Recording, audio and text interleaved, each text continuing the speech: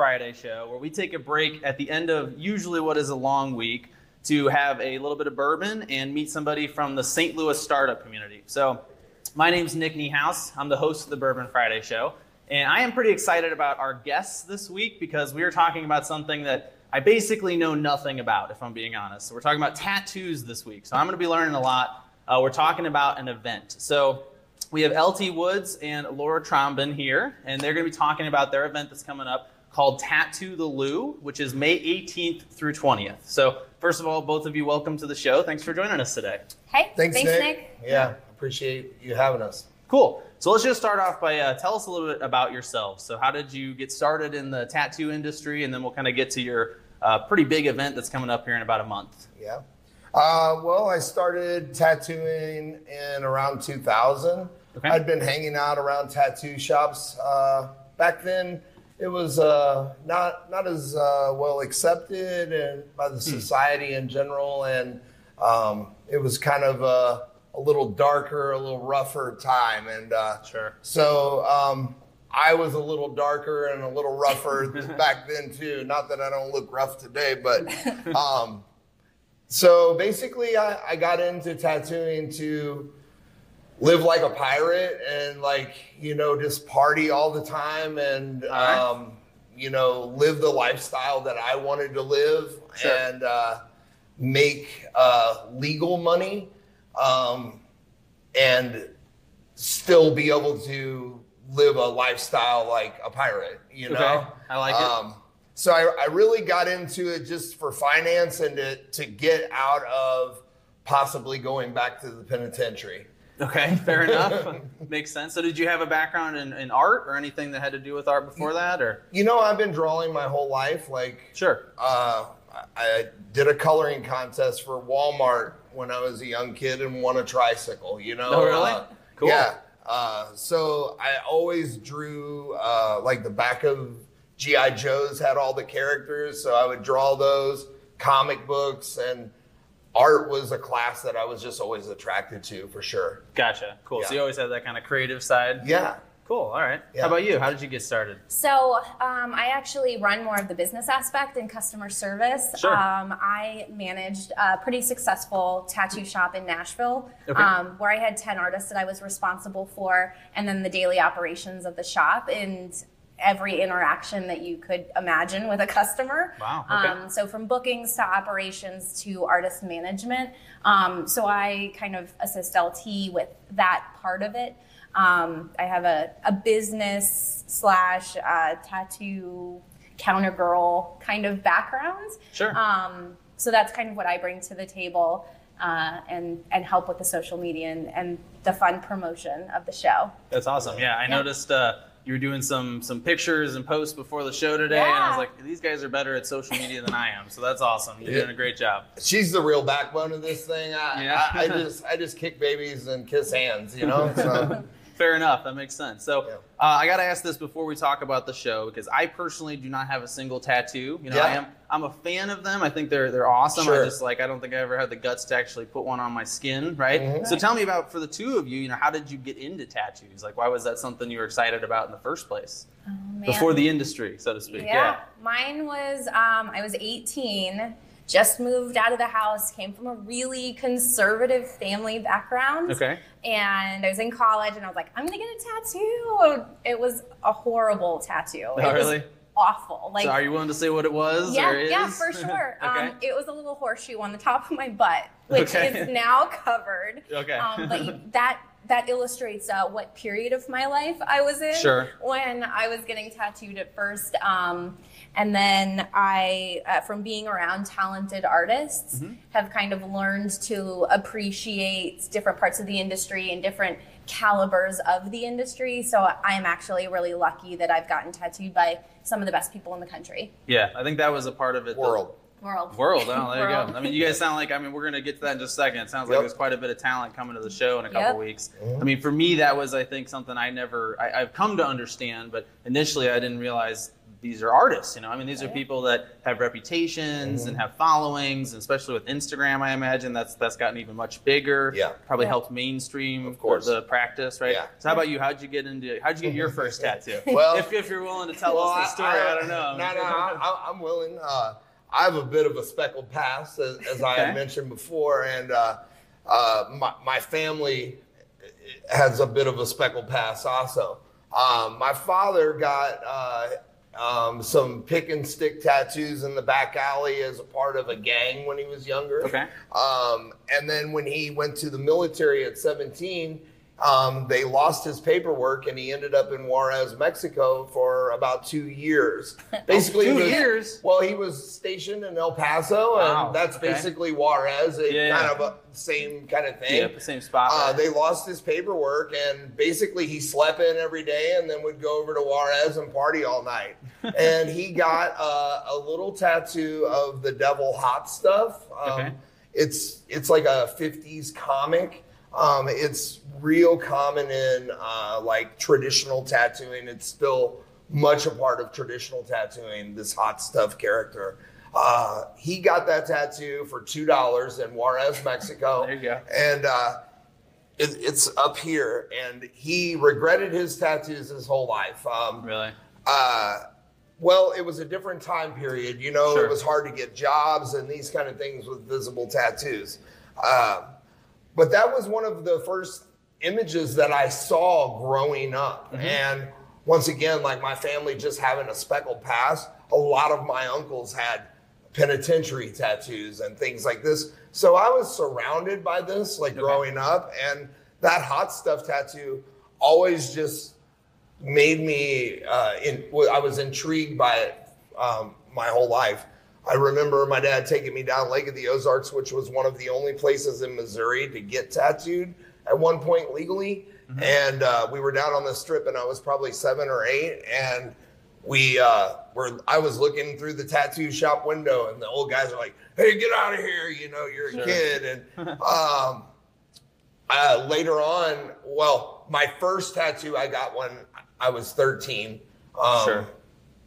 In a house, not to be recommended by anybody the way that I had it done, but at 13 years old, I got my first tattoo. I was always, I guess, smart enough to keep them in places that I could hide them for jobs and things like this, right? Sure. So 13 was when I got my first tattoo. Not recommended. I think 25 should be about the time you start getting tattooed. Okay, 25. All right. Well, so I know, obviously the part of the theme here is that, tattoos have become much more mainstream, right? Yeah. I think that leads well into the event you guys have coming up. So Tattoo the Lou, about 4 weeks or so away at this point, right? So, I mean, I heard you guys have over 100 artists, tattoo artists coming. Yeah. So tell us, what is this event? I mean, what is it all about? How's it going to work? So we love St. Louis. We live here, and the community means a lot to us. We really want to bring back something, little pieces from all over the world, from LT's, like the culmination of his 16 years in the industry, and give back to the people of St. Louis so that they don't have to travel to Sweden to get tattooed by Jimmy Linen, or Oregon to get tattooed up there in Grants Pass.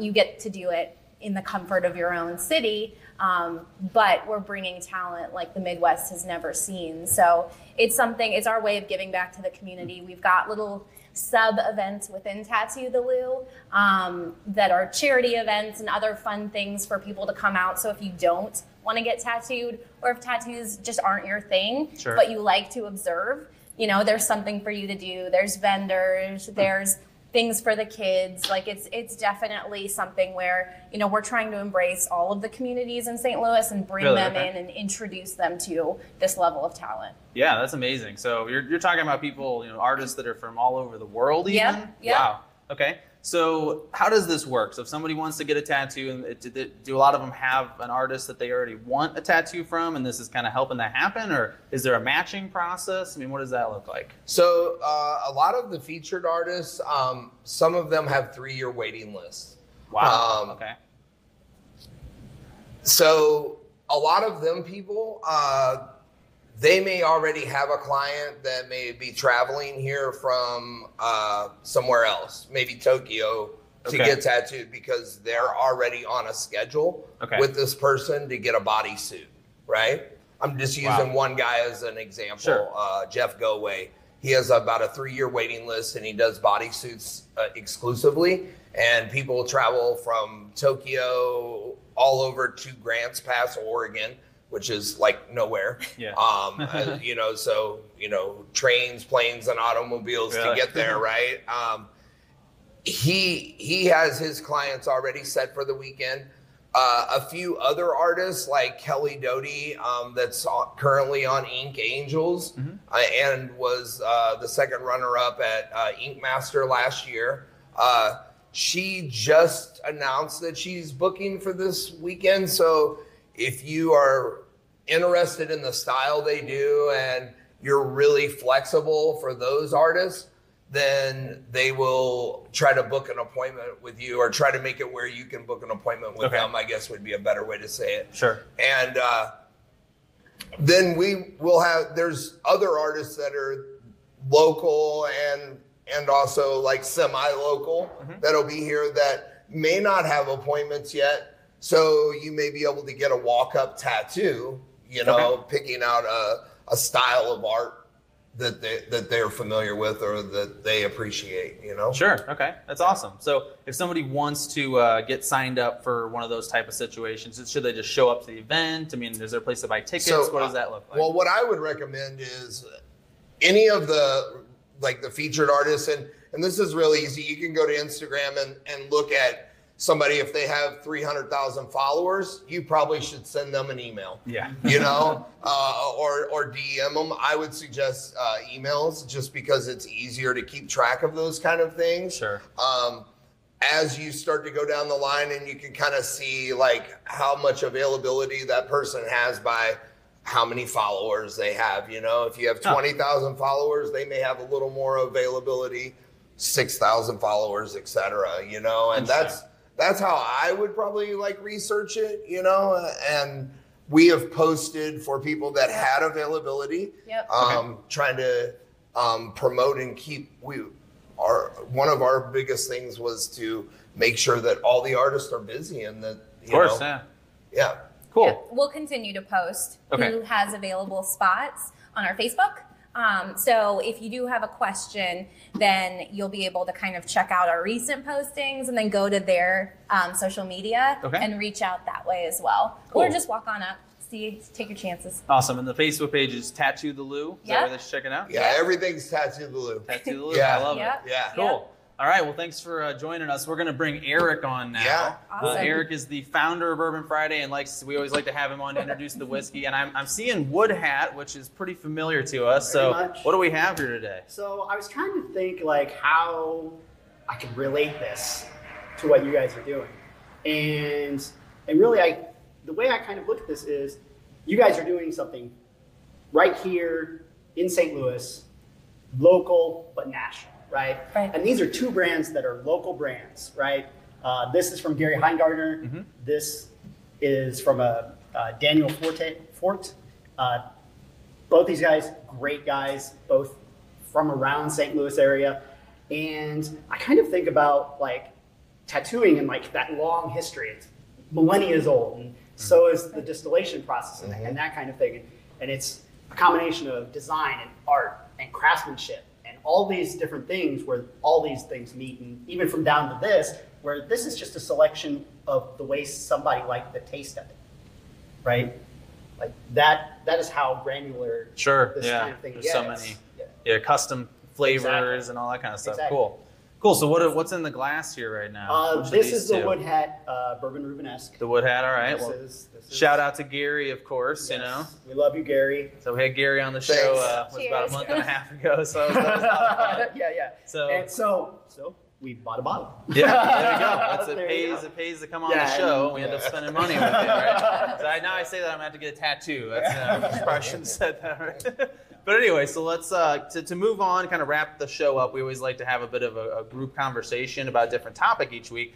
And this week, we're thinking about talking about, using events to market yourself, right? So, I mean, you guys have a huge event coming up. I'd love to hear a little bit about kind of the preparation for that and where the idea came from. I know Eric started Bourbon Friday. We do our own event with Connect Marketing every month. I think it's an awesome way to kind of get yourself out there, and especially to build community and kind of bring like-minded people together and have some fun. So how did Tattoo the Lou get started? Where did the idea come from? It was LT's brainchild. Okay. And ultimately, he's a really strategic kind of businessman, and it was literally like a culmination of a 16-year, 18-year career. Wow. To where he was bringing together all of the people and connections from all over the world.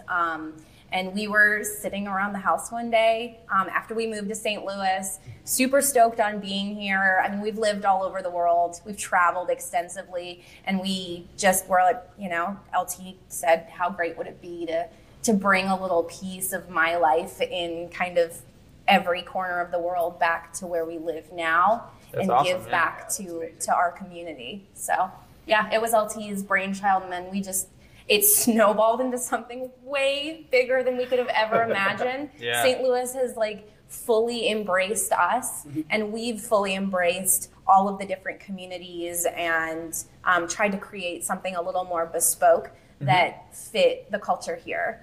That's awesome. Yeah. So it sounds like the mentality there was to kind of give back, right? So why was that a thing you wanted to do? Why was that a passion for you? Well, I guess the way that this is how I kind of think about tattoo conventions is that the reason that you have a tattoo convention is to bring people from all over the world or from other locations to give locals the opportunity to meet or get tattooed by artists that they may never have the opportunity to get tattooed by. Sure. Also, on the other side of that, tattoo artists that are local that were able to make the grade and get into the show, it gives them the opportunity to meet these artists that they may never have had the chance. And you spend 3 days sitting beside somebody, you start to build a relationship on some level. And that's kind of how my career went, is doing tattoo conventions in France and Italy and places like this. Right. I sat beside the guy that did the art for this, Jimmy Linen, and he, after 3 days of sitting beside each other, he was like, man, you should come to my studio and do a guest spot sometime. Wow. So after that, I spent 6 weeks in Sweden. Shortly after that, I set up a trip, and I went back and I spent 6 weeks in actually 7 different countries. But all people that I met through that show. So that network from being there, for me was, I feel like was super instrumental in my brand and building LT Wood's art as a whole. Sure. And it's also, our host tattoo studio, Self-Inflicted Studios, they have been real instrumental in allowing me to develop this in the manner that I needed to. Okay. And so another part of trying to make connections for people in the industry and outside the industry to give everybody an opportunity to grow. Yeah, that's awesome. Yeah, I think that's that kind of fits, I think, with kind of the mentality behind Bourbon Friday as well, which is, exactly. You're bringing people together, right? Yeah, exactly. And that's kind of the way, as I started developing friendships here at T-Rex, I started to realize how many different great people, but from around the world, not just in St. Louis, that you're getting introduced to. And all these people are working in completely different areas, have completely different experiences. And just being able to have that couple hours on Friday where you can just talk about whatever you want and maybe help each other out or just find out about that person, it just became a really powerful thing. Yeah, that's awesome. I think that's, from a branding perspective, because obviously we do marketing in our business, so we always like to tie it into that a little bit. And I think that, I think a lot of people don't realize that the network they already have, the people that they've already met, just bringing those people together can be beneficial to a lot of them, right? I mean, it sounds like in your case, this is an even bigger thing because you're going all over the world and bringing people from, different countries together, and that's huge. Yeah, it started like anything else, though. It starts off, excuse me, it starts off real small. You meet one guy. My convention circuit started out in America and meeting people, and then you get some publication, you get some momentum, and especially with the internet, we can reach out and touch anybody at any time, Yeah, that's awesome. All over the world, So it starts out small, but what you do with that, you just start building and building and building, and eventually, the next thing you know, you're able to put together 100 plus artists or vendors together to do something, know?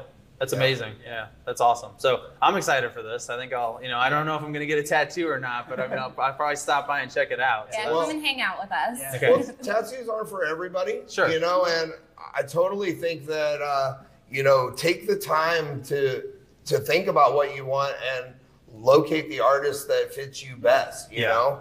Sounds like it's a pretty personal connection, of course. Yeah. Cool. So I know we had some different tattoos kind of showing on the screen back here. So if anybody liked anything they saw, definitely hit up Tattoo the Lou. And to recap again, this is May 18th through 20th, right? Yes. And what's the location for it?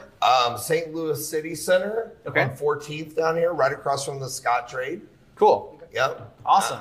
And there'll also be, once again, there's going to be live art, like live graffiti going on Friday, Saturday, and Sunday. There's going to be art fusion where artists are like using one piece of art and moving it back between them. Really? Okay. Yeah. Awesome. And dancing, and there's several different sounds like there's something for everybody, right? Just go to the website. There's a lot of stuff. Cool. And that's tattootheLou.com? Yep. Cool. Yep. All right. Awesome. TattootheLou.com, Tattoo the Lou on Instagram, Facebook, Tattoo the Lou. I love it. It's a great brand. It's solid all across the board. So, all right, I think we're out of time. Got the sign here, so we got to wrap things up. Thank you, of course, for joining us. I had a blast talking about tattoos, the event. And we're going to get to drinking a little bit of bourbon here at Bourbon Friday. So to wrap things up, again, if you are interested in visiting us, you'd like to join us here at T-Rex, please message us directly. So you can reach out to EQ through the page that the show's on right now. You can reach out to any of us that share the show, because we'd be happy to connect you as well. You said to let us know ahead of time, and we can get you on the guest list. So a couple shout outs real quick at the end here. I'd like to thank Vanessa Lobo with Connect Marketing, my business partner, for producing the show every week. Thanks, Eric, for joining us and telling us about the whiskey each week as well. Eric's with Tenacity. So if you're looking to get a website design, you need to talk to Eric. And thank you, EQ, for hosting us each week. We appreciate everything that EQ does and provides a lot of the media equipment as well. So tune in again next week. We're always on at 4:30 on Fridays for the Bourbon Friday show, and we'll talk to you next week.